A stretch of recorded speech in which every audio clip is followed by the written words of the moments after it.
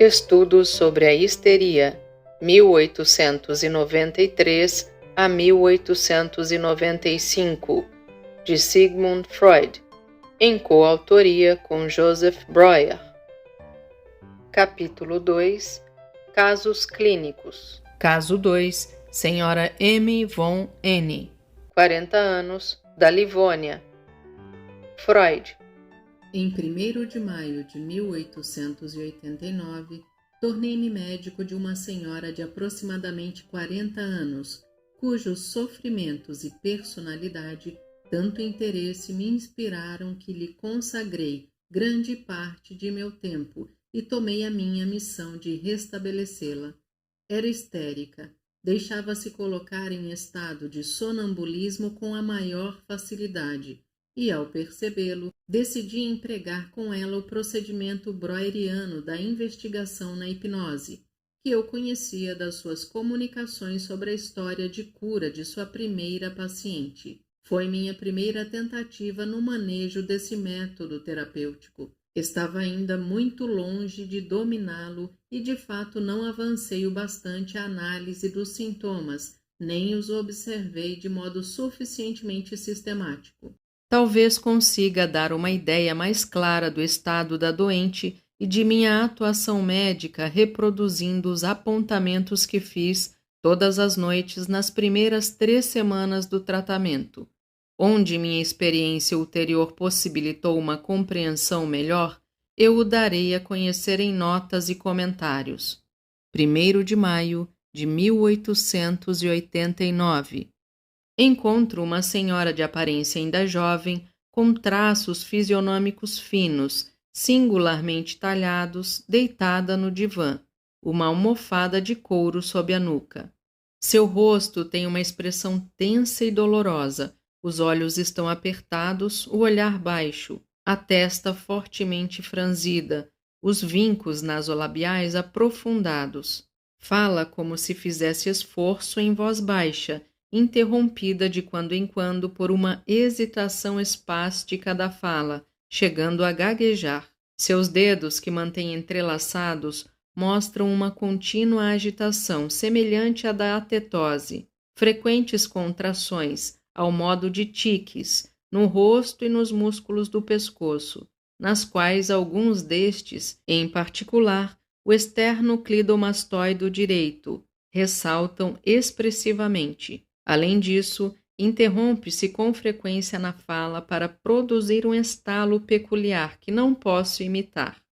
O que ela diz é em tudo coerente e atesta claramente uma cultura e uma inteligência invulgares. Tanto mais desconcertante é o fato de que a cada 2 minutos abruptamente se interrompe, contorce o rosto numa expressão de pavor e asco, estende a mão com os dedos abertos e crispados em minha direção e, com voz alterada e repleta de angústia, grita as palavras: "Fique quieto, não diga nada, não me toque." Provavelmente está sob a impressão de uma pavorosa alucinação recorrente e repele a intromissão do estranho com essa fórmula.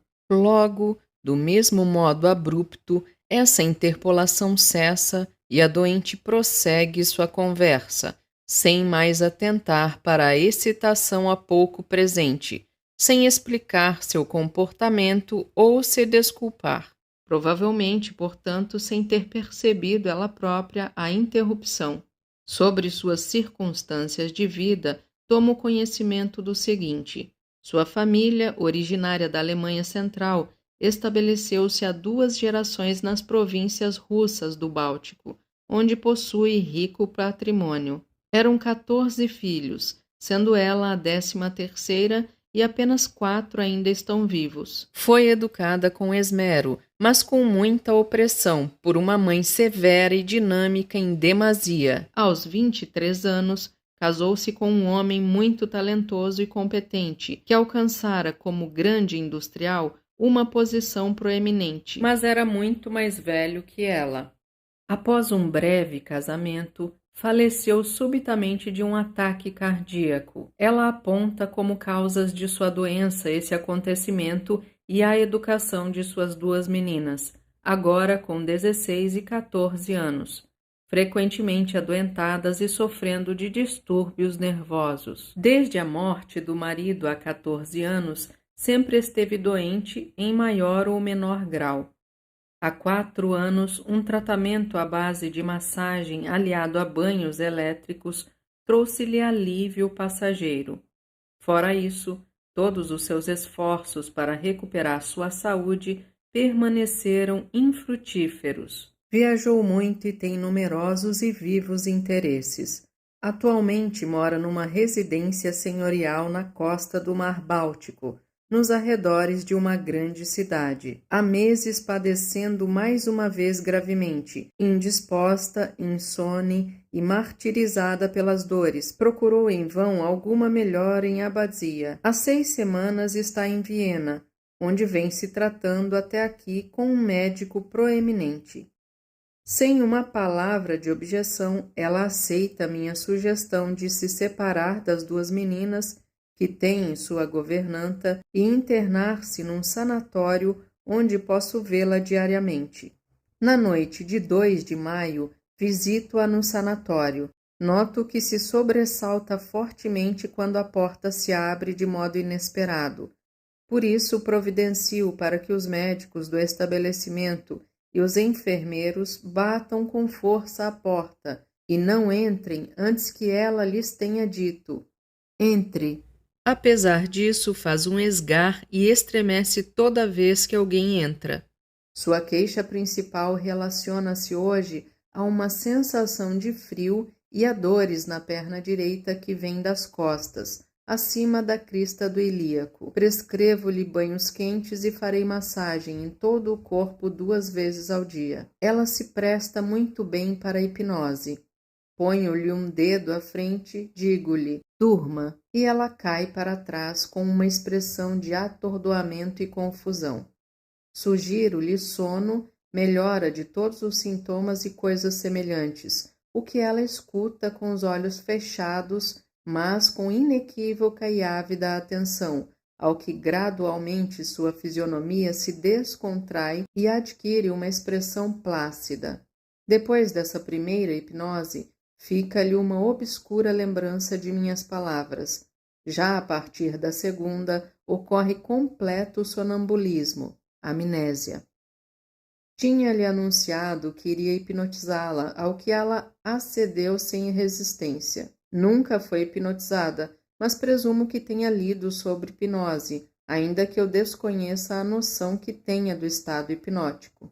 O tratamento com banhos quentes, massagens 2 vezes ao dia e sugestão hipnótica continuou nos dias seguintes. Ela dormia bem, recuperava-se a olhos vistos, passava a maior parte do dia repousando tranquilamente. Não estava proibida de ver suas filhas, de ler e de cuidar de sua correspondência. Na manhã de 8 de maio, aparentando perfeita normalidade, fala-me de horripilantes histórias de animais. Leu no Frankfurt Zeitung, que está diante dela, sobre a mesa, que um aprendiz amarrou um garoto e lhe meteu um camundongo branco na boca. O menino morreu de pavor. O Dr. Kali contou que enviara a Tiflis uma caixa cheia de ratos brancos. Ao fazer-me esse relato, evidenciam-se com extrema vividez todos os sinais do pavor. Contrai convulsivamente as mãos várias vezes seguidas. Fique quieto, não diga nada, não me toque. Se um animal desses estivesse na cama, imagine quando isso for desembrulhado. Entre eles há um rato morto, um rato roído. Na hipnose, me empenho em afastar essas alucinações com animais. Enquanto ela dorme, pego o Frankfurt Zeitung. Com efeito, encontro a história dos maus-tratos a um garoto, mas sem camundongos ou ratos. Estes, portanto, seu delírio acrescentou durante a leitura. À noite contei-lhe de nossa conversa sobre os ratos brancos. Não sabe nada a respeito, está muito admirada e ri sinceramente. Nota: esta súbita introdução de um delírio no estado de vigília não era rara na Sra. M. Observei-a ainda repetidas vezes. Costumava queixar-se de que em suas conversas dava as mais distorcidas respostas, de modo que os seus não a compreendiam. Em nossa primeira visita, ao perguntar-lhe quantos anos tinha, respondeu-me com toda a seriedade: sou uma mulher do século passado. Semanas mais tarde, explicou-me que em seu delírio pensara então num belo armário velho que ela, como amante de móveis antigos, havia adquirido na viagem. O tempo designado, quando minha pergunta sobre sua idade deu-lhe ocasião de se pronunciar sobre datas, dizia respeito a esse armário. À tarde tivera a chamada cãibra na nuca, uma espécie de enxaqueca, mas, rápida, só durou 2 horas. No anoitecer de 8 de maio, durante a hipnose, peço-lhe que fale o que ela consegue após algum esforço. Fala baixo e sempre reflete um momento antes de dar uma resposta. Sua fisionomia se altera conforme o conteúdo do que relata e torna-se serena, logo que minha sugestão põe termo à impressão causada pelo relato. Pergunto-lhe por que se assusta tão facilmente. Ela responde: são lembranças da primeira infância. Quando? Primeiro aos 5 anos, quando meus irmãos e irmãs com bastante frequência me atiravam animais mortos. Tive então o primeiro ataque com desmaio e convulsões. Mas minha tia disse que isso era abominável, que não se devia ter semelhantes ataques, e eles cessaram.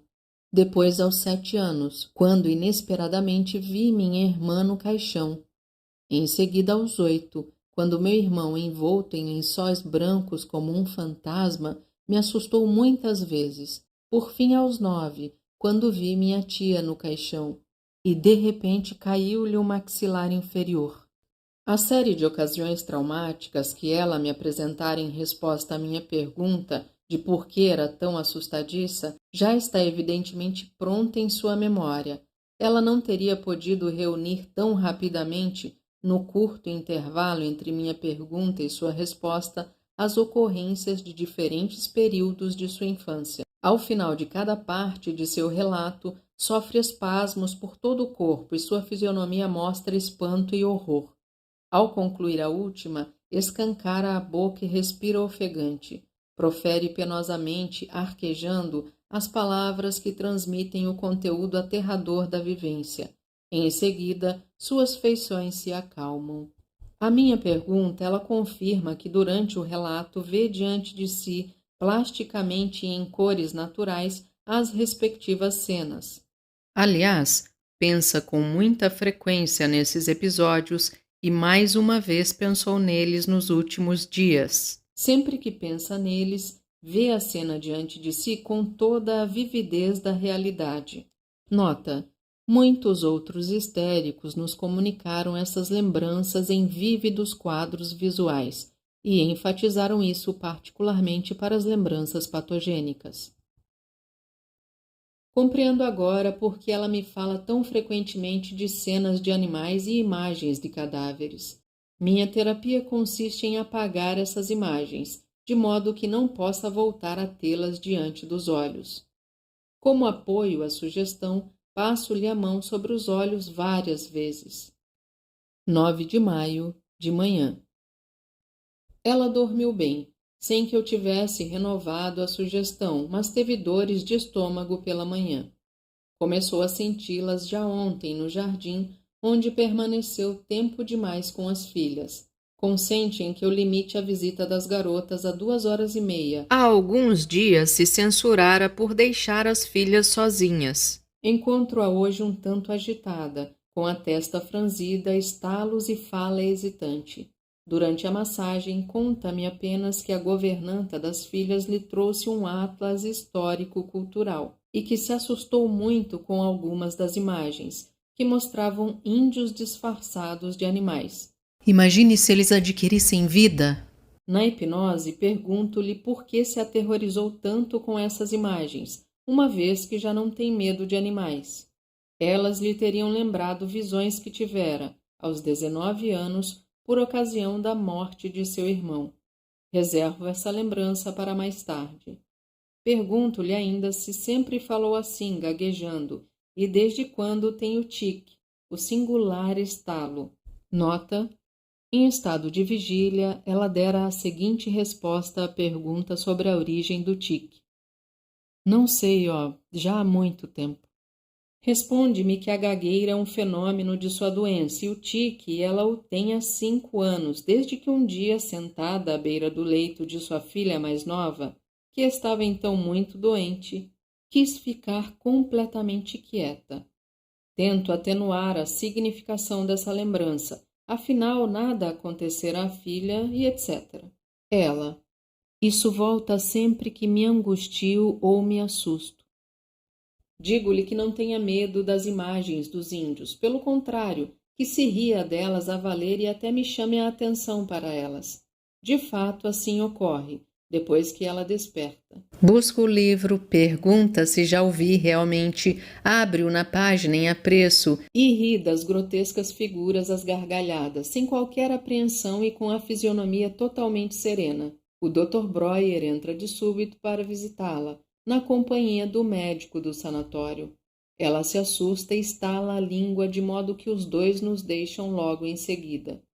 Explica sua agitação pela presença do médico da casa, a cada vez acompanhando as visitas, o que a afeta de um modo desagradável.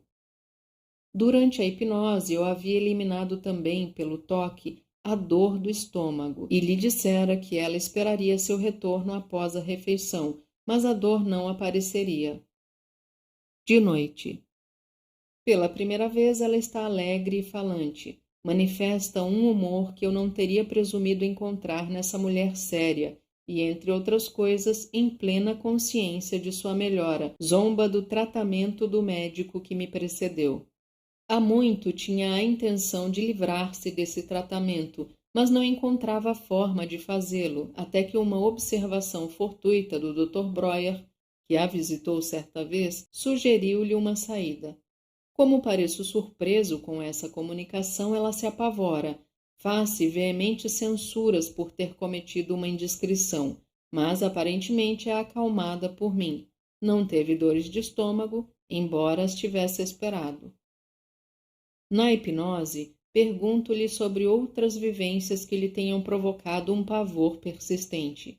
Tão prontamente como a primeira, ela apresenta uma segunda série de tais episódios, ocorridos mais tarde na juventude, e de novo assegura que vê com frequência todas essas cenas, vívidas e em cores, diante de si. Relata-me como, aos 15 anos, viu levarem sua prima para o hospício. Quis pedir socorro, mas não pôde e perdeu a fala até a noite. Como fala frequentemente de hospícios em suas conversas, interrompo-a e pergunto por outras ocasiões relacionadas a loucos. Conta-me que sua própria mãe esteve algum tempo no hospício. Certa vez tiveram uma criada cuja antiga patroa havia passado muito tempo num manicômio e que tinha o hábito de contar-lhe histórias horripilantes, de como ali os doentes eram amarrados a cadeiras, eram espancados e coisas similares. Ao relatá-lo, suas mãos contraem-se de pavor convulsivamente. Vê tudo isso diante dos olhos. Empenho-me em corrigir a ideia que tem de hospícios. Asseguro-lhe que poderá ouvir falar de tais instituições sem relacioná-las consigo mesma. Com isso, seu semblante se descontrai. Prossegue na enumeração de suas lembranças apavorantes, como, aos 15 anos, encontrou a mãe estendida no chão, convulsionada por um ataque ao qual sobreviveu ainda 4 anos, e como, aos 19 anos, um dia voltou para casa e encontrou a mãe morta com o rosto contorcido. Atenuar essas lembranças importa naturalmente maiores dificuldades. Depois de uma explanação mais demorada, asseguro-lhe que também essa imagem ela só voltará a ver difusa e sem força. Relata-me ainda como aos 19 anos, ao levantar uma pedra, encontrou debaixo dela um sapo e assim perdeu a fala por várias horas. Nota: um simbolismo particular que lamentavelmente não tentei investigar. Deve estar ligado ao sapo. Nessa hipnose, convenci-me de que ela sabe tudo o que ocorreu na hipnose precedente, enquanto em estado de vigília nada sabe a respeito. 10 de maio, de manhã. Hoje, pela primeira vez em lugar de um banho quente, ela tomou banho de farelo de trigo. Encontro-a com a fisionomia crispada e sombria, as mãos envoltas num xale, queixando-se de frio e dores. Questionada sobre o que tinha, conta-me que ficara incomodamente sentada na pequena banheira e com isso tivera dores. Durante a massagem, começa dizendo que está deveras consternada por causa da traição de ontem ao Dr. Breuer. Tranquilizo-a com a piedosa mentira de que já o sabia desde o início. Com isso, sua agitação, estalo da língua, contração do rosto, desaparece. Assim, minha influência sempre se faz sentir já durante a massagem. Ela fica mais calma e mais lúcida, e mesmo sem que a interrogue sob hipnose, encontra os motivos de seu mau humor do momento. Também a conversa que mantém comigo enquanto é massageada não é tão desprovida de intenção como parece. Pelo contrário, contém a reprodução bastante completa das lembranças e novas impressões que a influenciaram desde nossa última entrevista, e com frequência, de modo bastante inesperado, acaba em reminiscências patogênicas, sobre as quais fala sem que eu lhe tenha solicitado. É como se tivesse se apropriado do meu procedimento e utilizasse a conversa, aparentemente natural e guiada pelo acaso, como complemento da hipnose. Assim, por exemplo, hoje fala de sua família e, por toda sorte de rodeios, chega a história de um primo excêntrico e obtuso, a quem os pais mandaram arrancar todos os dentes de uma assentada. Ela acompanha essa história com gestos de pavor, repetindo várias vezes sua fórmula protetora. Fique quieto, não diga nada, não me toque. Depois disso, sua fisionomia se descontrai e ela se alegra. Assim, seu comportamento durante o estado de vigília é dirigido pelas experiências que teve no sonambulismo, das quais na vigília acredita nada saber.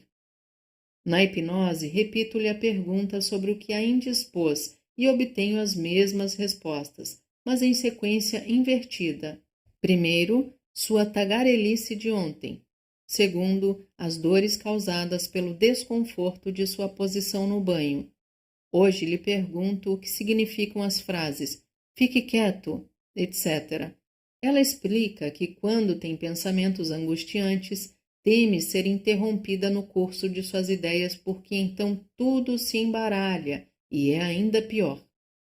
O "fique quieto" se relaciona ao fato de que as figuras de animais que lhe aparecem em maus estados põem-se em movimento e se lançam sobre ela se alguém se move à sua frente. Finalmente, a exortação "não me toque" vem dos seguintes episódios. Como seu irmão, que estava muito doente por ter usado morfina em excesso e tinha ataques terríveis, muitas vezes a agarrava de repente, com 19 anos, mais tarde em sua casa, um conhecido enlouquecera de repente e havia segurado pelo braço. Um terceiro caso similar, do qual não se recorda com precisão, e finalmente com 28 anos, como sua pequena, estando então muito doente, tinha-a agarrado tão violentamente em seu delírio que quase fora sufocada. Não obstante o grande intervalo de tempo entre os casos, relatou-os numa só frase e em rápida sucessão, como se constituíssem um único evento em 4 atos. A propósito, todas as suas comunicações de traumas assim agrupados começam com "como", e os vários traumas parciais são ligados um ao outro por "e". Percebendo que a fórmula protetora se destina a preservá-la do retorno de vivências semelhantes, tiro-lhe esse receio mediante sugestão, e realmente não a escuto dizê-la outra vez. Ao anoitecer, encontro-a muito alegre. Rindo, conta que no jardim sobressaltou-se com um cãozinho que havia latido para ela. Mas seu rosto está um tanto contrafeito e há uma excitação interior, que só desaparece quando me pergunta se eu levara a mal uma observação que fizera durante a massagem de manhã, e respondo que não. A menstruação veio hoje, depois de uma pausa de quase 2 semanas. Prometo-lhe regularizá-la por sugestão hipnótica e fixo, na hipnose, um intervalo de 28 dias. Pergunto-lhe ainda durante a hipnose se lembra do que me contou por último. Com isso, tenho em mente uma tarefa que nos restara de ontem à noite, mas ela começa corretamente pelo não me toque da hipnose da manhã. Então a conduzo ao tema de ontem. Eu lhe havia perguntado de onde provinha a gagueira e recebera a resposta: não sei. Por esse motivo, tinha encarregado de lembrar-se disso até a hipnose de hoje. Responde-me então, sem muito refletir, mas em grande excitação e com perturbações espásticas na fala: Como certa vez os cavalos partiram em disparada com a carruagem em que estavam as crianças, e como numa outra vez eu ia pela floresta com as crianças durante uma tempestade e um raio caiu numa árvore justo à frente dos cavalos e os cavalos se espantaram e pensei comigo mesma: agora você precisa ficar completamente quieta, senão vai assustar ainda mais os cavalos com seus gritos e o cocheiro não terá mais como detê-los. Daí em diante, isso apareceu. Esse relato a agita bastante.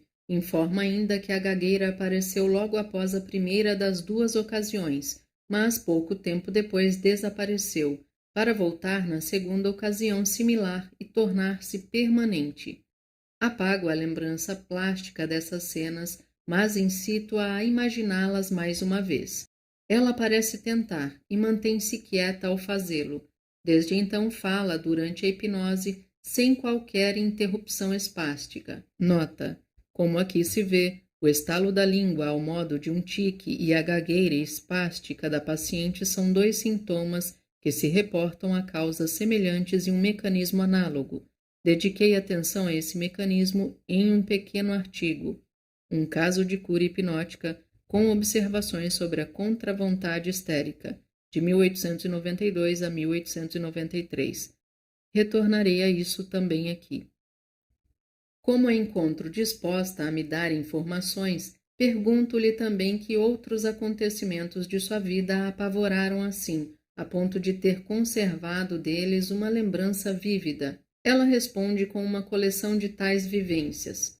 Como 1 ano após a morte de sua mãe, estando na casa de uma amiga francesa, mandaram-na com outra garota ao quarto contíguo para buscar um dicionário, e então viu-se erguer da cama uma pessoa de aparência idêntica àquela que acabara de deixar. Deteve-se rígida e ali ficou como que enraizada. Mais tarde ouviu dizer que se tratava de uma boneca que haviam preparado. Qualifico essa aparição de alucinatória. Apelo à sua lucidez e seu rosto se descontrai. Conta-me ainda como havia cuidado de seu irmão doente, que, em consequência da morfina, tinha ataques horríveis nos quais a aterrorizava e agarrava. Noto que já havia falado desse episódio hoje de manhã, e a título de experiência, pergunto-lhe em que ocasiões mais ocorrera esse agarrar. Para minha alegre surpresa, dessa vez reflete longamente sobre a resposta, e enfim pergunta insegura: a pequena não pode absolutamente se lembrar das duas outras ocasiões. Minha proibição à extinção da lembrança funcionou, portanto. Ela prossegue: como cuidava de seu irmão quando a tia, que viera para convertê-lo à fé católica, esticou de repente a cabeça branca por sobre o biombo. Vejo que com isso havia chegado à raiz de seu permanente temor de surpresas, e lhe pergunto em que outras circunstâncias lhe haviam ocorrido. Relata-me então como em sua casa tinham um amigo que gostava de entrar furtivamente no quarto sem o mínimo ruído e de repente aparecia. Como, após a morte da mãe, ficou muito doente e foi para uma estância balneária, onde uma doente mental, durante a noite, várias vezes entrou por engano em seu quarto e até mesmo foi para sua cama. E por fim, como em sua viagem de abadia até aqui, um homem desconhecido abriu de súbito a porta de seu compartimento 4 vezes e a cada vez olhou-a fixamente. Ela se apavorou tanto que chamou o cobrador. Apago todas essas lembranças, desperto-a e, tendo deixado de fazer-lhe a sugestão correspondente na hipnose, asseguro-lhe que dormirá bem essa noite. A melhora de seu estado geral evidencia-se em sua observação de que hoje não havia lido nada, de que vive como em um sonho feliz, ela que por inquietação interior precisava permanentemente fazer alguma coisa. 11 de maio, de manhã. Está marcado para hoje seu encontro com o ginecologista Dr. N., que deve examinar sua filha mais velha por causa de dores menstruais. Encontro a Sra. M. em considerável desassossego, que agora, porém, manifesta por sinais corporais mais tênues que antes. Além disso, declara de vez em quando: sinto medo, tanto medo, acho que vou morrer. Mas de que sente medo? Seria do Dr. N? Ela não sabe, apenas sente medo. Na hipnose que induzo ainda antes da chegada do colega, ela confessa que receia ter me ofendido com uma declaração que lhe pareceu descortês, ontem durante a massagem. Também receia tudo o que é novo e, portanto, o novo médico. Consigo acalmá-la e, se é verdade que estremece algumas vezes diante do Dr. N., comporta-se bem e não estala a língua nem manifesta transtorno da fala. Após sua partida, volto a hipnotizá-la a fim de remover os eventuais restos da excitação deflagrada com a visita.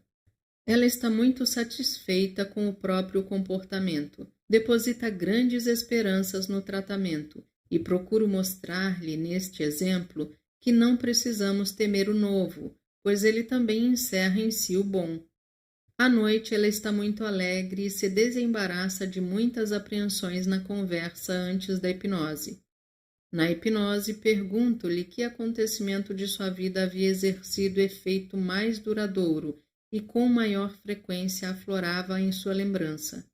A morte do marido, diz. Peço-lhe que me conte esse evento em todos os pormenores, o que ela faz com sinais de profunda comoção, mas sem estalar a língua ou gaguejar. Relata-me como um dia, estando num lugarejo da Riviera, que ambos amavam muito, atravessavam uma ponte e ele, acometido por uma angina no peito, tombou subitamente e ficou no chão alguns minutos, como se já estivesse sem vida, mas logo se levantou incólume. Como então, pouco tempo depois, nas semanas após o parto, encontrava-se na cama com a pequena, e o marido, que tomava café da manhã numa pequena mesa diante de seu leito e lia o jornal, de repente ergueu-se, fitou-a de uma maneira insólita, deu alguns passos e em seguida caiu morto no chão. Ela saltou da cama. Os médicos chamados fizeram tentativas de reanimação que ela ouviu do outro cômodo, mas foi em vão. Ela então prossegue, e como a criança, que tinha na ocasião algumas semanas de vida, ficou muito doente, e por 6 meses continuou doente, tempo durante o qual ela própria esteve acamada com febre forte. E agora se seguem, ordenadas cronologicamente, suas queixas contra essa criança, externadas com pressa e com fisionomia agastada, como ao falarmos de alguém de quem ficamos fartos. Ela fora por muito tempo bastante estranha, gritava sempre e não dormia. Tivera uma paralisia da perna esquerda, cuja cura quase o desesperou. Com 4 anos teve visões, começara a andar tarde e a falar tarde, de modo que a haviam tomado por idiota por longo tempo. Conforme declararam os médicos, havia sofrido inflamação do cérebro e da medula espinhal, e isso não era tudo. Nisso a interrompo e chamo sua atenção para o fato de que essa mesma criança é hoje normal e saudável, e retiro-lhe a possibilidade de voltar a ver todas essas coisas tristes, não apenas apagando de sua consciência a lembrança plástica, mas removendo toda a reminiscência, como se nunca tivesse estado ali. Prometo-lhe com isso a cessação da expectativa de infortúnios que permanentemente a martiriza e das dores em todo o corpo, das quais acabara de se queixar durante o relato, depois de vários dias sem que dela se falasse. Para minha surpresa, imediatamente após minha sugestão, ela começa a falar sobre o príncipe L., cuja evasão de um manicômio dera então o que falar. Traz novas ideias angustiantes sobre hospícios, como a de que as pessoas são neles tratadas com duchas de água gelada na cabeça e colocadas num aparelho onde ficam girando até se acalmarem. Há 3 dias, Quando se queixou do medo de hospícios, eu a havia interrompido depois da primeira história, em que contava como neles os doentes eram amarrados a cadeiras.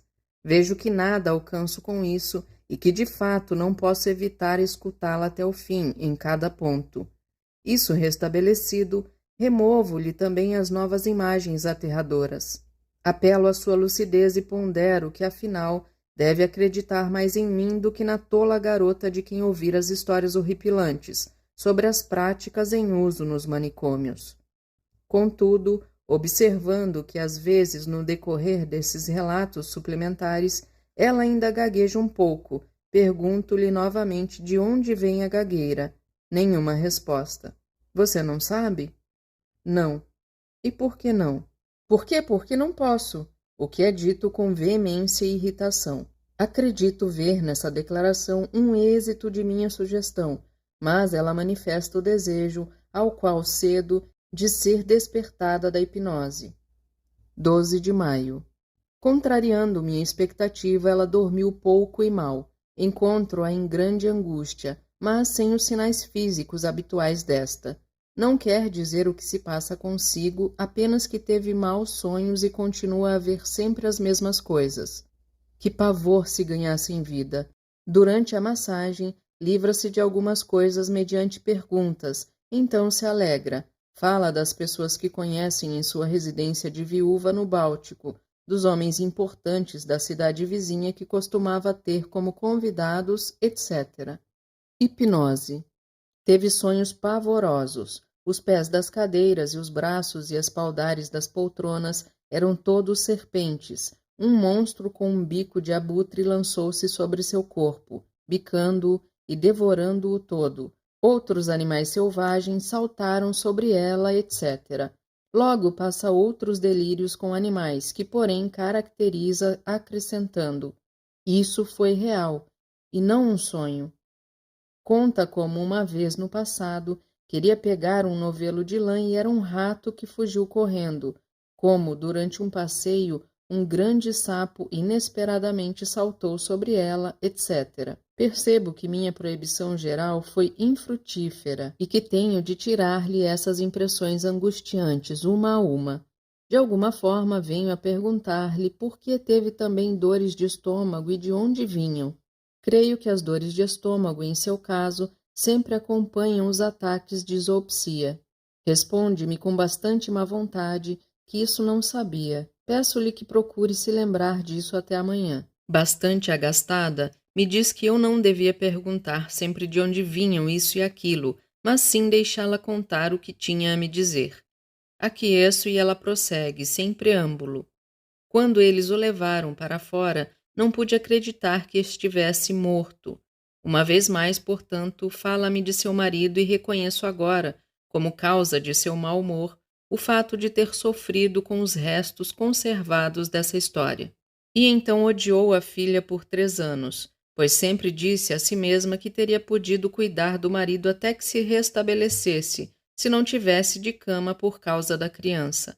Além do mais, só tivera desgostos e agitações após a morte do marido. Os parentes dele, que sempre foram contra o casamento e depois se irritaram com o fato de que vivessem tão felizes, teriam espalhado o rumor de que ela própria o havia envenenado, de modo que ela pretendeu exigir um inquérito. Por intermédio de um odioso advogado de esquina, os parentes lhe teriam movido toda espécie de processos. O patife punha agentes a circular semeando intrigas contra ela. Fazia publicar artigos difamatórios nos jornais locais e depois lhe enviava os recortes. Daí provém sua reserva com as pessoas e seu ódio a todos os estranhos. Depois das palavras tranquilizadoras que faço seguir a seu relato, ela se declara aliviada. 13 de maio. Novamente dormiu pouco por causa das dores de estômago. Ontem não fez nenhuma refeição noturna. Queixa-se também de dores no braço direito. Contudo, está bem-humorada, alegre e desde ontem me trata com especial distinção. Pede minha opinião sobre as mais diversas coisas que lhe pareçam importantes e se agita desmedidamente quando, por exemplo, tenho que procurar pelas toalhas necessárias na massagem, etc. Estalos e tiques faciais ocorrem muitas vezes. Hipnose. Ontem à noite, ocorreu-lhe de repente o motivo pelo qual os pequenos animais que vê se agigantam assim. Isso lhe acontecera a primeira vez em uma apresentação de teatro em D, na qual havia em cena um lagarto gigantesco. Essa lembrança também a atormentou muito ontem. À volta dos estalos de língua, viria de que ontem teve dores abdominais e se esforçou para não revelá-las com seus suspiros. Sobre o verdadeiro motivo dos estalos, não sabe nada. Também se lembra de que lhe solicitei que descobrisse de onde vêm as dores de estômago, mas não sabe e me pede que a ajude. Pergunto-lhe se alguma vez não teria se obrigado a comer depois de grandes comoções. De fato, após a morte do marido, por longo período faltou-lhe completamente o apetite, comia apenas por um sentimento de obrigação, e as dores de estômago começaram realmente naquela época. Com alguns toques sobre o epigastro, elimino as dores de estômago. Então ela começa a falar espontaneamente sobre o que mais a havia afetado. Disse que não amei a pequena, mas devo acrescentar que isso não se podia notar em minha conduta. Fiz tudo o que era necessário. Ainda hoje me recrimino por preferir a mais velha. 14 de maio. Ela está bem e alegre, dormiu até às 7h30 da manhã. Queixa-se apenas de um pouco de dor na região radial da mão, dores na cabeça e no rosto. O que ela diz antes da hipnose ganha cada vez mais significado. Hoje não tem quase nada de horrível a comunicar. Queixa-se de dor e insensibilidade na perna direita. Conta que em 1871 sofreu uma infecção abdominal, em seguida mal se restabelecera, cuidou do irmão doente e com isso começaram as dores que de tempos em tempos causavam-lhe até mesmo uma paralisia do pé direito. Na hipnose pergunto se agora já lhe é possível circular entre as pessoas ou se o medo ainda prevalece. Responde-me que ainda lhe é desagradável quando alguém fica atrás dela ou muito perto, a seu lado. Relata-me a esse propósito outros casos de surpresas desagradáveis provocadas por pessoas aparecendo de repente. Assim, certa vez, quando passeava com suas filhas em Hügen, 2 indivíduos de aparência suspeita saíram de trás de uns arbustos e as insultaram. Em Abadia, durante um passeio ao anoitecer, um mendigo surgira inopinadamente de trás de uma rocha e se ajoelhara diante dela. Devia ser um louco inofensivo. Conta-me ainda sobre um arrombamento noturno em seu castelo, situado em lugar isolado, algo que muito a assustou. No entanto, é fácil perceber que esse medo de pessoas provém essencialmente das perseguições a que foi exposta após a morte do marido. De noite. Não obstante parecer muito alegre, ela me recebe com a exclamação: morro de angústia, mal posso dizer, eu me odeio. Venho a saber afinal que o Dr. Breuer a visitar e no momento em que apareceu, ela se sobressaltara. Como ele o percebesse, ela lhe assegurou que era só essa vez e lastimou tanto em consideração a mim que ainda mostrasse esse resto do antigo apavoramento. Nesses últimos dias, aliás, eu tivera a oportunidade de observar quão implacável consigo mesma ela é e com que facilidade se dispõe a fazer uma grave censura às menores negligências. Quando as toalhas para a massagem não estão no lugar, quando o jornal que devo ler enquanto ela dorme não está preparado e visível. Depois que a primeira e mais superficial camada de reminiscências torturantes é removida, aparece sua personalidade moralmente hipersensível, marcada pela tendência a diminuir-se, e tanto na vigília como na hipnose eu lhe digo, parafraseando a velha sentença: o pretor não cuida de minudências, que entre o bem e o mal há todo um vasto grupo de pequenas coisas indiferentes, pelas quais ninguém deve se censurar. Creio que ela não recebe esse ensinamento muito melhor que um monge ascético na Idade Média, que vê o dedo de Deus e a tentação do demônio em cada mínima vivência sua e não é capaz de imaginar o mundo, nem mesmo por um breve instante e em algum pequenino recanto, sem relação com sua pessoa. Na hipnose, ela traz alguns suplementos de imagens aterradoras, como as cabeças sangrentas sobre cada onda em abadia. Faço com que me repita as instruções que lhe dei no estado de vigília. 15 de maio. Dormiu até as 8h30, mas sentiu-se inquieta pela manhã e me recebe com um ligeiro tique, estalos da língua e alguma dificuldade para falar. Morro de angústia. Interrogada, conta que a pensão onde as filhas estão hospedadas fica no quarto andar e a ela se chega com um elevador. Ontem solicitou que as filhas utilizem esse elevador também para descer. E agora se repreende por isso, pois o elevador não era completamente confiável. O próprio dono da pensão o disse. Pergunta se conheço a história da Condessa S., que morreu num acidente desse gênero em Roma. Ora, conheço a pensão e sei que o elevador é propriedade particular do seu dono. Não me parece muito provável que o mesmo homem que exalta esse elevador num anúncio tenha alertado sobre sua utilização. Creio que há aqui um engano da memória, induzido pela angústia. Comunico-lhe minha opinião e, sem esforço, levo-a a rir da inverossimilhança de seu temor. Precisamente por esse motivo, não posso acreditar que fosse essa a causa de sua angústia, e me proponho a dirigir a pergunta à sua consciência hipnótica. Durante a massagem que hoje volto a fazer, após uma interrupção de vários dias, ela relata histórias isoladas, frouxamente conectadas entre si, mas que podem ser verídicas, como a de um sapo que foi encontrado num porão, a de uma excêntrica mãe que cuidava de seu filho idiota de maneira singular, a de uma mulher que, por causa de sua melancolia, foi trancada num manicômio e assim revela que tipo de reminiscências passa por sua cabeça quando é tomada pelo desassossego. Depois de se desembaraçar dessas histórias, fica muito alegre. Relata sobre a vida em sua propriedade, sobre as relações que mantém com homens proeminentes da Rússia alemã e do norte da Alemanha. E para mim é realmente difícil conciliar essa abundância de atividades com a ideia de uma mulher tão intensamente nervosa. Na hipnose, pergunto-lhe, pois, por que hoje de manhã estava tão inquieta,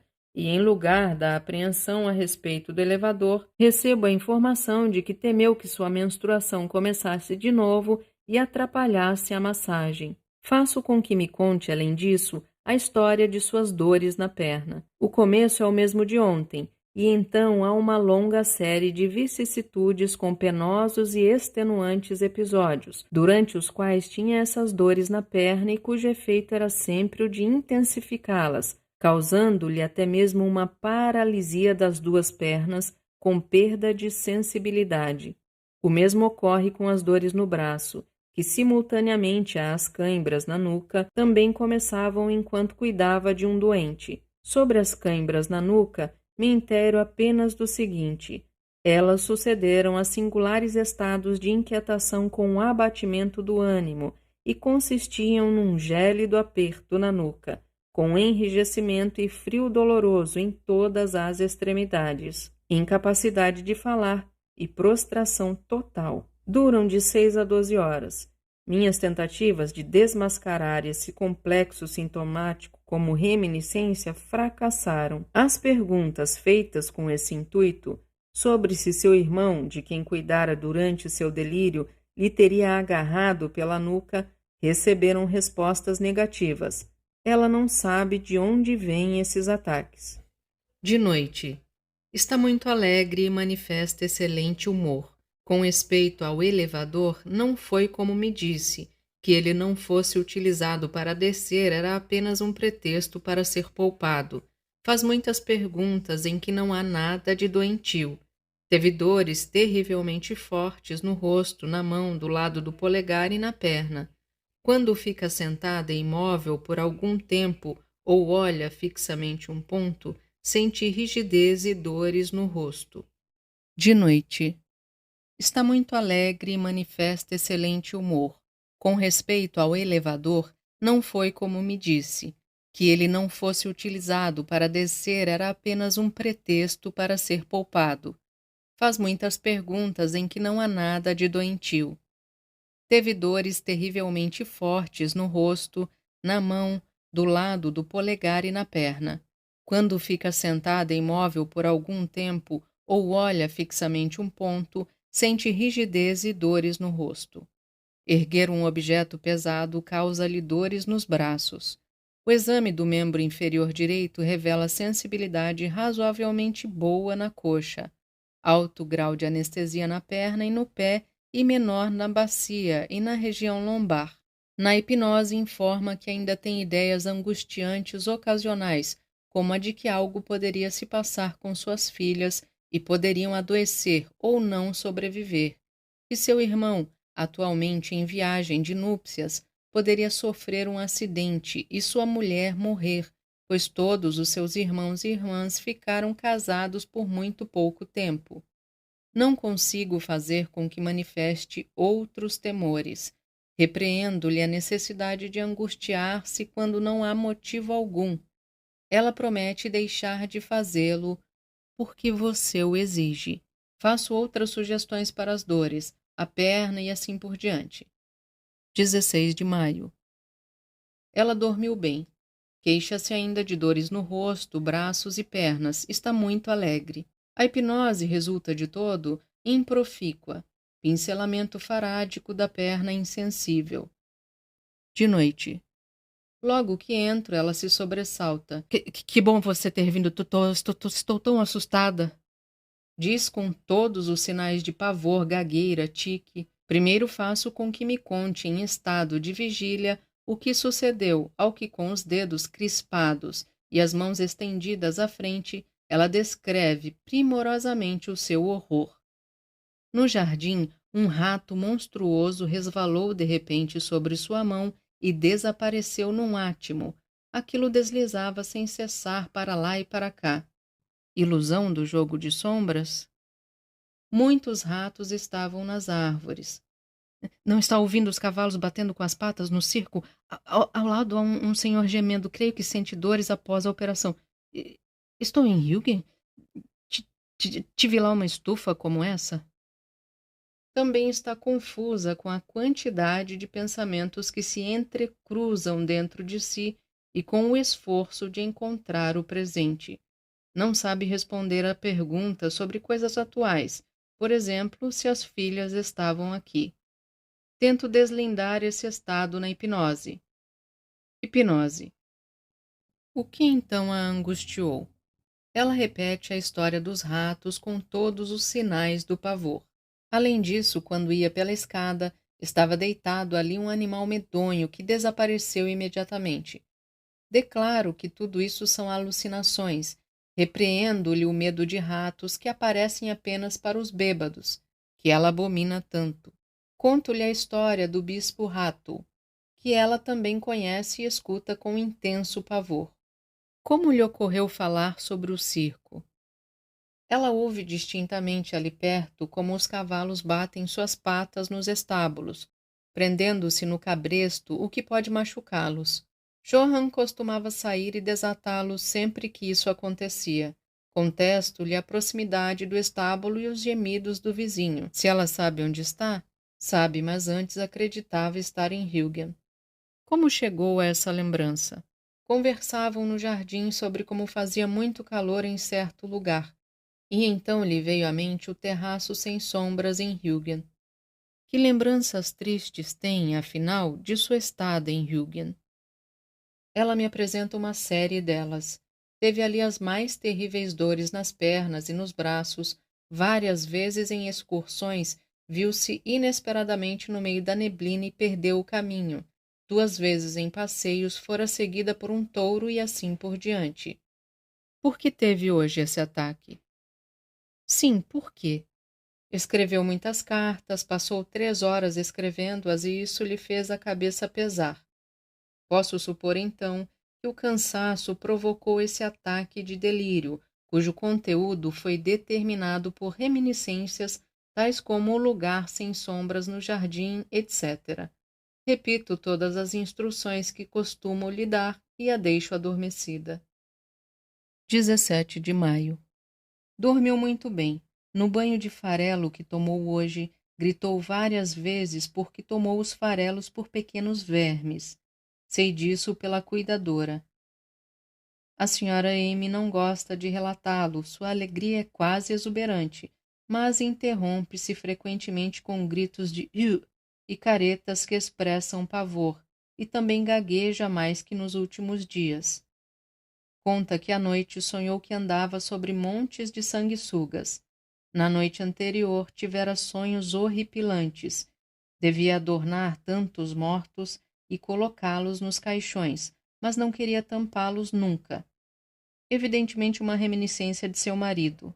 Conta-me ainda que lhe sucederam na vida muitas aventuras com animais, a mais pavorosa com um morcego que ficara preso em seu armário, ocasião em que saíra correndo sem roupa do quarto. Para curá-la dessa angústia, seu irmão presenteou-a com um bonito broche em forma de morcego, mas ela jamais pôde usá-lo. Sob hipnose, diz que seu temor de vermes provém de que uma vez recebeu como presente uma bela almofada para agulhas e alfinetes, da qual, na manhã seguinte, ao querer usá-la, saíram vermezinhos se arrastando, porque o farelo empregado para enchimento não estava inteiramente seco. Alucinação? Talvez fato? Pergunto-lhe por outras histórias de animais. Certa vez em que passeava com seu marido num parque em São Petersburgo, todo o caminho até o lago estava tomado de sapos, e tiveram que voltar. Houve épocas em que não podia estender a mão a ninguém por receio de que elas se transformassem num animal medonho, como for o caso muitas vezes. Tento libertá-la do medo de animais, repassando-os um a um e perguntando se os teme. Em alguns casos ela responde, não. Em outros, não devo temer. Pergunto-lhe por que tremeu e gaguejou tanto hoje e ontem. Responde que o faz sempre que está muito apavorada. Mas por que estava tão assustada ontem? No jardim ocorreu-lhe todo tipo de coisas que a oprimiam, sobretudo como poderia impedir que algo se acumulasse novamente dentro de si depois que fosse liberada do tratamento. Repito-lhe os 3 motivos de alento, que já lhe dera na vigília. Primeiro, em geral tornou-se mais sadia e capaz de resistência. Segundo, se acostumará a falar de si com alguma pessoa próxima.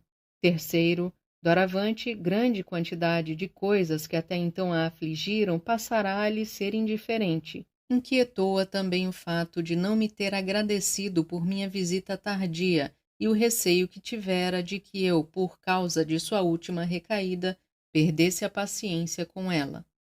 Muito a comoveu e angustiou que o médico do estabelecimento perguntasse a um senhor no jardim se já tinha coragem para a operação. Sua esposa estava presente e ela própria devia pensar se não seria essa a última noite do pobre homem. Com essa última comunicação, o abatimento do ânimo parece resolvido. A noite está muito alegre e satisfeita. A hipnose não produz nenhum resultado. Dedico-me ao tratamento das dores musculares e a restabelecer a sensibilidade na perna direita, o que alcanço muito facilmente na hipnose. Quando desperta, porém, a sensibilidade restabelecida volta a se perder em parte. Antes que eu a deixe, manifesta seu espanto de que há muito tempo não tenha sofrido mais cãibras na nuca, que costumavam aparecer antes de cada tempestade. 18 de maio. Esta noite ela dormiu como há anos não lhe acontecia mais, porém, desde a hora do banho, queixa-se de frio na nuca, contrações e dores no rosto, nas mãos e nos pés. Suas feições estão tensas, as mãos convulsas. A hipnose não evidencia nenhum conteúdo psíquico desse estado de cãibra na nuca, que amenizo em seguida, na vigília, com massagem.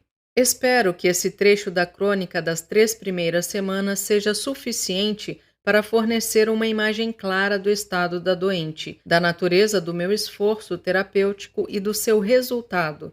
Tratarei agora de completar a história clínica. O delírio histérico descrito por último foi também a última perturbação relevante no estado de saúde da senhora M. Como eu não investigava independentemente os sintomas da doença e seu fundamento, mas sim aguardava até que algo se mostrasse ou que ela me confessasse um pensamento angustiante, logo as hipnoses se tornaram improfícuas e eu as utilizava na maioria das vezes para dar-lhe instruções que permanecessem sempre presentes em seus pensamentos e a resguardassem, de uma vez em casa, recair em estados semelhantes. Eu estava então sob completo fascínio do livro de Bernheim sobre a sugestão e esperava mais dessa influência didática do que hoje esperaria. Em pouco tempo, o estado de saúde da minha paciente melhorou tanto que ela me assegurou nunca ter se sentido tão bem desde a morte do marido. Após um tratamento de 7 semanas ao todo, deixei-a partir e retornar à sua residência no Mar Báltico. Passados cerca de 7 meses, foi o Dr. Breuer e não eu quem recebeu notícias dela.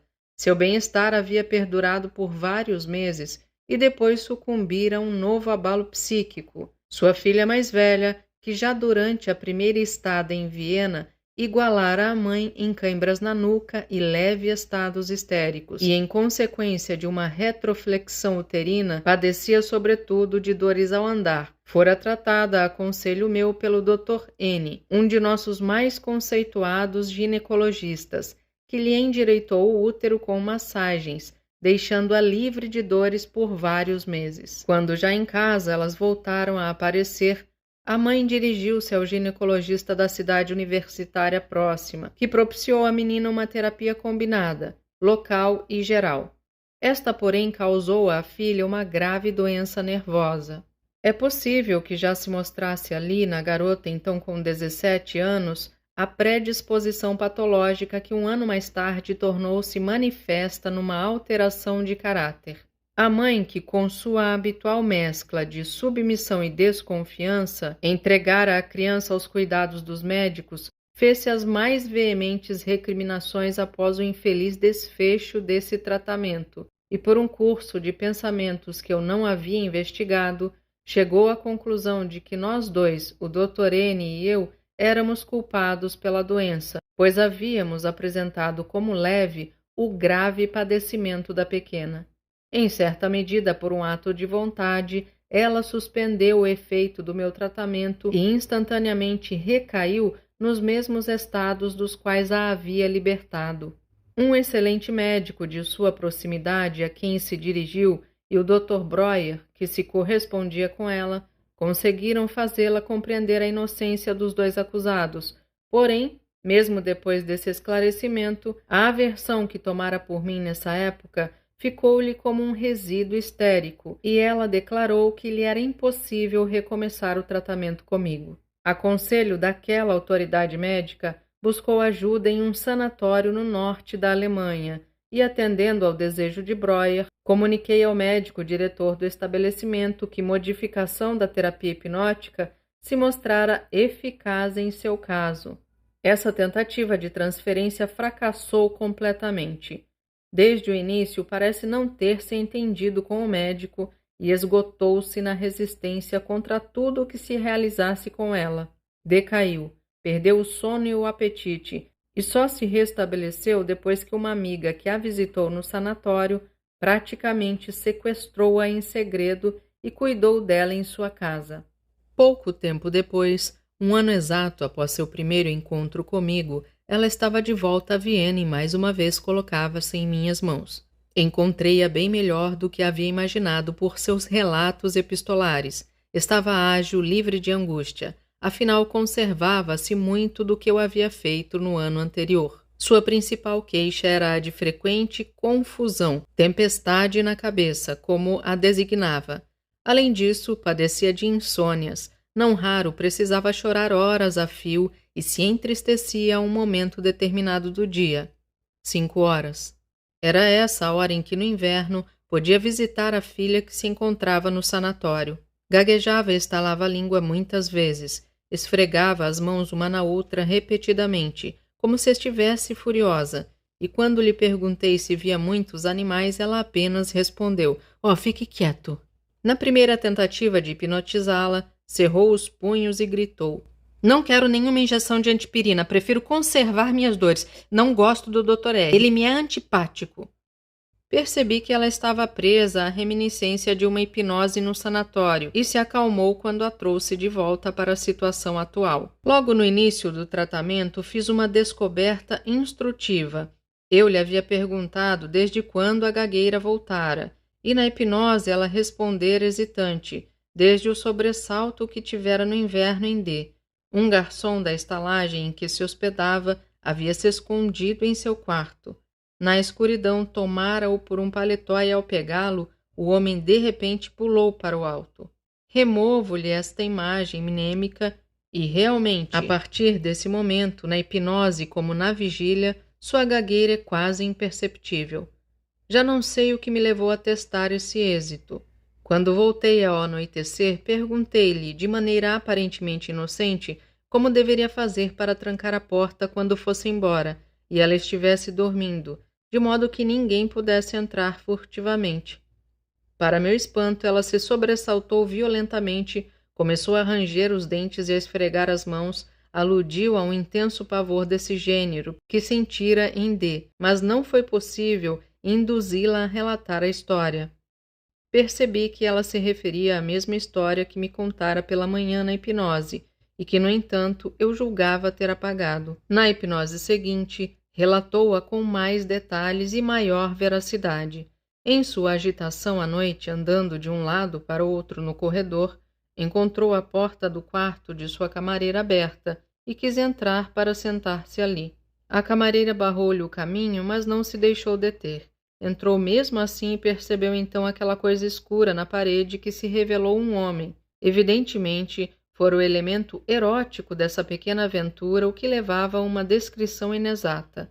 Mas eu havia aprendido que um relato incompleto na hipnose não tem nenhum efeito curativo.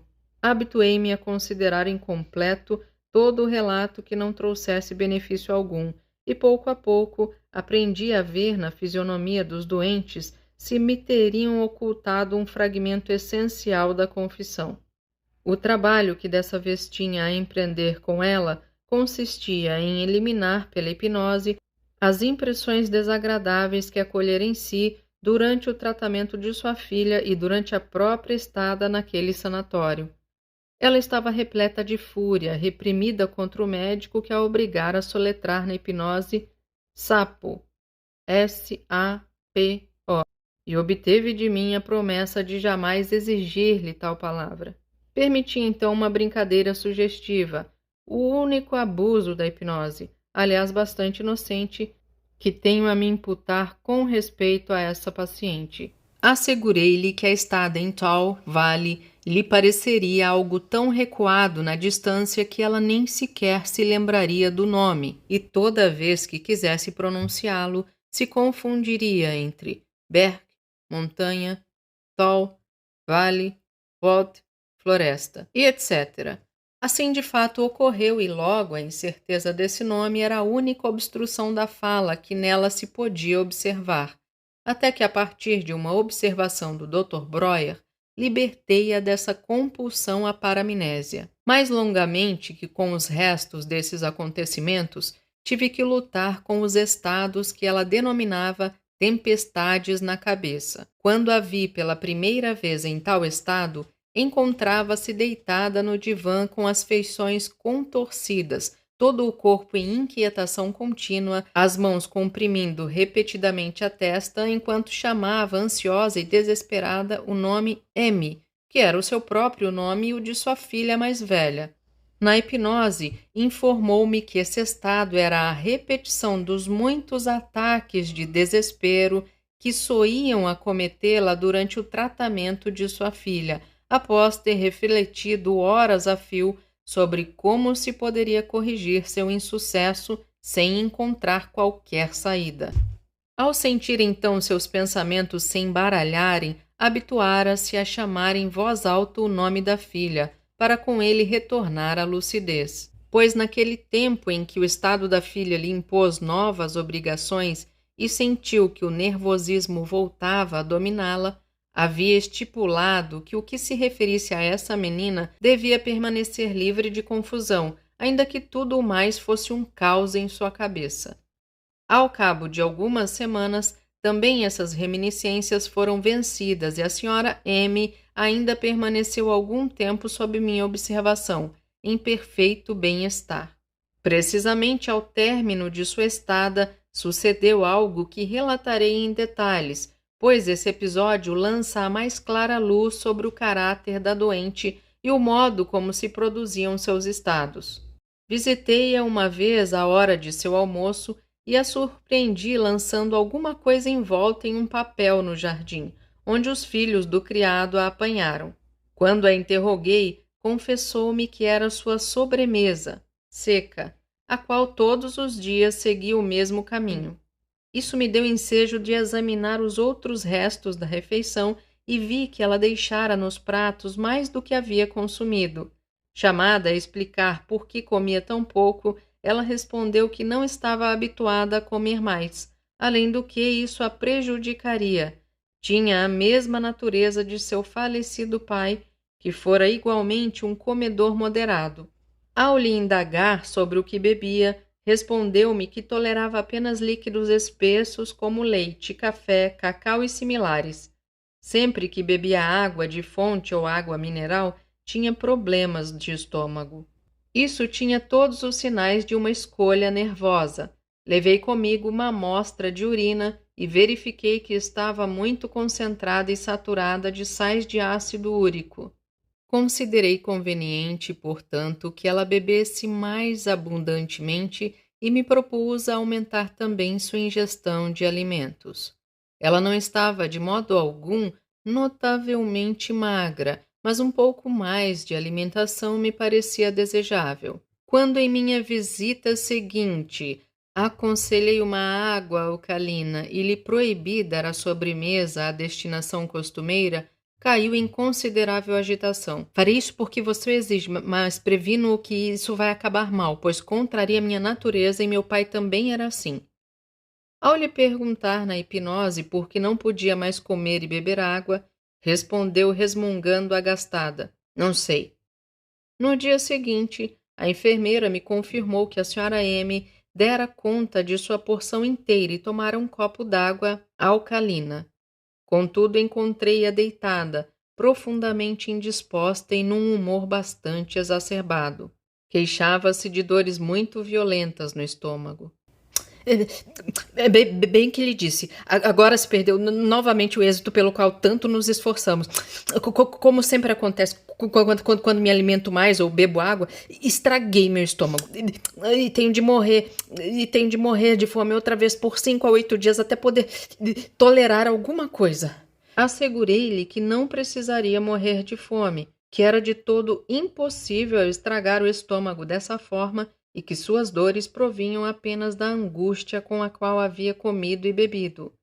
Era evidente que eu não a impressionei em nada com essa explicação, pois quando, logo em seguida, quis adormecê-la, a hipnose pela primeira vez fracassou, e no olhar furioso que me lançou, percebi que se encontrava em plena revolta e a situação era muito séria.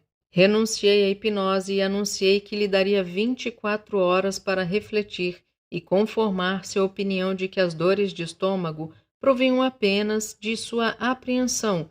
Passado esse intervalo de tempo, lhe perguntaria se ainda julgava que se pode estragar o estômago por 8 dias com um copo de água mineral e uma refeição modesta, e se dissesse que sim, eu lhe pediria que partisse. Essa pequena cena estava em nítido contraste com nossas relações de ordinário muito amigáveis. Encontrei-a 24 horas mais tarde, humilde e dócil. À minha pergunta sobre o que pensava da origem de suas dores de estômago, ela respondeu, incapaz de simulação: acredito que venha de minha angústia, mas apenas porque você o diz. Hipnotizei-a então e novamente perguntei: por que você não pode mais comer? A resposta ocorreu de pronto e consistiu outra vez na indicação de uma série cronologicamente ordenada de motivos tirados da lembrança. Quando eu era criança, acontecia com frequência à mesa que eu, por má criação, não quisesse comer minha carne. Minha mãe era sempre muito severa nesses momentos e, sob pena de grave castigo, me obrigava a comê-la 2 horas mais tarde, no mesmo prato em que havia deixado. A carne estava então completamente fria e a gordura tão rígida. E ainda vejo o garfo à minha frente. Um dos dentes era um pouco torto. Quando me sento à mesa agora, sempre vejo diante de mim o prato com a carne fria e a gordura, e vejo como muitos anos depois vivi com meu irmão, que era oficial e tinha aquela doença horrível. Eu sabia que era contagiosa e tinha um receio atroz de me enganar com os talheres e pegar seu garfo e sua faca. E apesar disso, comia com ele para que ninguém percebesse que estava doente. E como logo em seguida cuidei de meu outro irmão que sofria tanto dos pulmões. Sentávamo-nos então diante de seu leito e a escarradeira ficava sempre sobre a mesa e estava aberta. E ele tinha o hábito de cuspir no recipiente por sobre o prato, o que sempre me repugnava muito, mas não podia demonstrar isso para não ofendê-lo. E essas escarradeiras continuam sobre a mesa quando como, e isso ainda me repugna. Naturalmente, eliminei por completo esses instrumentos do asco e depois lhe perguntei por que não podia beber água nenhuma.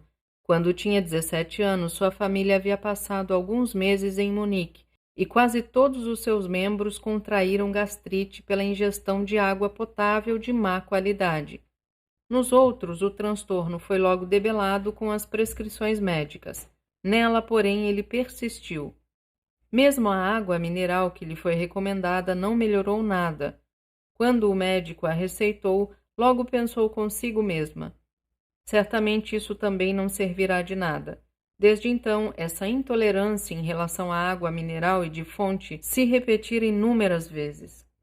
O efeito terapêutico dessa investigação hipnótica foi imediato e duradouro. Ela não passou fome por 8 dias e já no dia seguinte comeu e bebeu sem nenhum transtorno. 2 meses mais tarde, escreveu numa carta: estou comendo muito bem e engordei bastante. Já bebi 40 garrafas da água.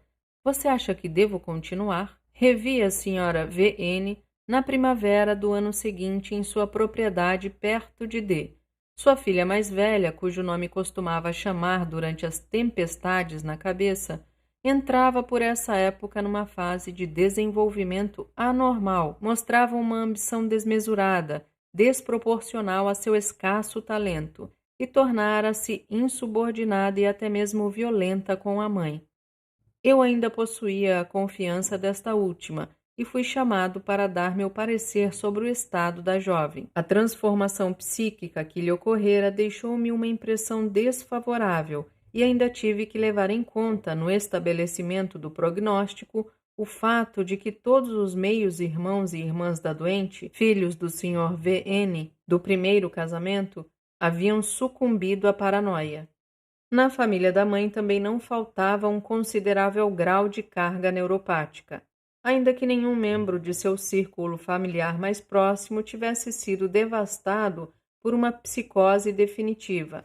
A senhora V.N., a quem dei sem reservas a opinião que pedira, comportou-se com serenidade e toda compreensão. Tornara-se forte, tinha um aspecto florescente. Os 3/4 de ano desde o final do último tratamento haviam transcorrido num relativamente grande bem-estar, apenas perturbado por cãibras na nuca e outros pequenos males. A completa extensão de suas obrigações, atividades e interesses intelectuais só vinha conhecer durante essa estada de vários dias em sua casa.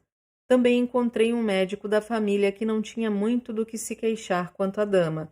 Portanto, ela estava, de certa forma, reconciliada com a profissão. A mulher se tornara em muitos aspectos mais sadia e ativa, mas nos traços fundamentais de seu caráter, apesar de todas as sugestões instrutivas, transformara-se pouco. Não parecia ter aceito a categoria das coisas indiferentes, e sua inclinação a atormentar-se era pouco menor do que ao tempo do tratamento. A disposição histérica também não havia serenado durante esse bom período. Ela se queixava, por exemplo, de uma incapacidade de fazer viagens mais longas de trem, adquirida nos últimos meses. Uma tentativa, necessariamente apressada, de dissipar-lhe esse obstáculo revelou apenas várias pequenas e desagradáveis impressões que tivera nas últimas viagens a D e aos arredores. Na hipnose, porém, parecia falar de si a contragosto e já então me veio a suposição de que ela estava prestes a escapar mais uma vez à minha influência e que a intenção secreta da inibição de tomar um trem era impedir uma nova viagem a Viena. Nesses dias também se queixou de lacunas em sua memória, precisamente nos acontecimentos mais importantes, do que concluí que meu trabalho 2 anos antes havia sido eficaz e duradouro. Um dia, quando me conduzia por uma alameda que se estendia da casa a uma enseada do mar, ousei perguntar se aquela alameda não ficava repleta de sapos com frequência. Ela me dirigiu um olhar reprovador, embora não acompanhado dos sinais de pavor, e em seguida, completando-o, observou: "Mas aqui há sapos reais." Durante a hipnose que empreendi para a resolução de seus impedimentos relativos às viagens de trem, ela própria pareceu insatisfeita com as respostas que dava e expressou o receio de que talvez já não obedecesse mais à hipnose como antes. Decidi convencê-la do contrário. Escrevi algumas palavras num papel e lhe entreguei, dizendo: "Hoje ao meio-dia você me servirá novamente um copo de vinho tinto como ontem. Assim que eu levar o copo à boca, você dirá: 'Ah, por favor, encha-me também um copo.' E quando eu estender a mão para pegar a garrafa, você gritará: 'Não, agradeço, afinal prefiro não beber.' Depois você colocará a mão em seu bolso e retirará o papel em que estarão essas mesmas palavras." Isso foi pela manhã. Poucas horas mais tarde, teve lugar a pequena cena tal qual eu a havia disposto, e desenrolou-se com tamanha naturalidade que nenhum dos numerosos presentes atentou para ela. Ao me pedir vinho, ela jamais bebia vinho. Parecia visivelmente lutar consigo mesma, e após ter cancelado o pedido com evidente alívio, pôs a mão no bolso, retirou o papel em que se liam suas últimas palavras pronunciadas, balançou a cabeça e me olhou estupefata. Desde essa visita, em maio de 1890, minhas notícias sobre a senhora V.N. tornaram-se pouco a pouco mais escassas. Soube indiretamente que o desalentador estado de sua filha, que lhe trazia as mais variadas e penosas inquietações, terminara por minar sua boa saúde. Por último, recebi dela uma breve missiva, verão de 1893, em que pedia meu consentimento para que um outro médico a hipnotizasse, pois voltara a sofrer e não podia vir a Viena. A princípio não compreendi por que minha permissão seria necessária, até me assomar a lembrança de que no ano de 1890, por seu próprio desejo, eu a protegera de outras hipnoses, para que não corresse de novo o perigo de sofrer sob a penosa coação de um médico que não lhe era simpático, como naquela época em Berg, Tal, Val. Nesse momento, portanto, renunciei a meu privilégio exclusivo por escrito. No próximo vídeo teremos a epícrise do caso da senhora M. von N. Ouça audiolivros. Obrigada por ouvir.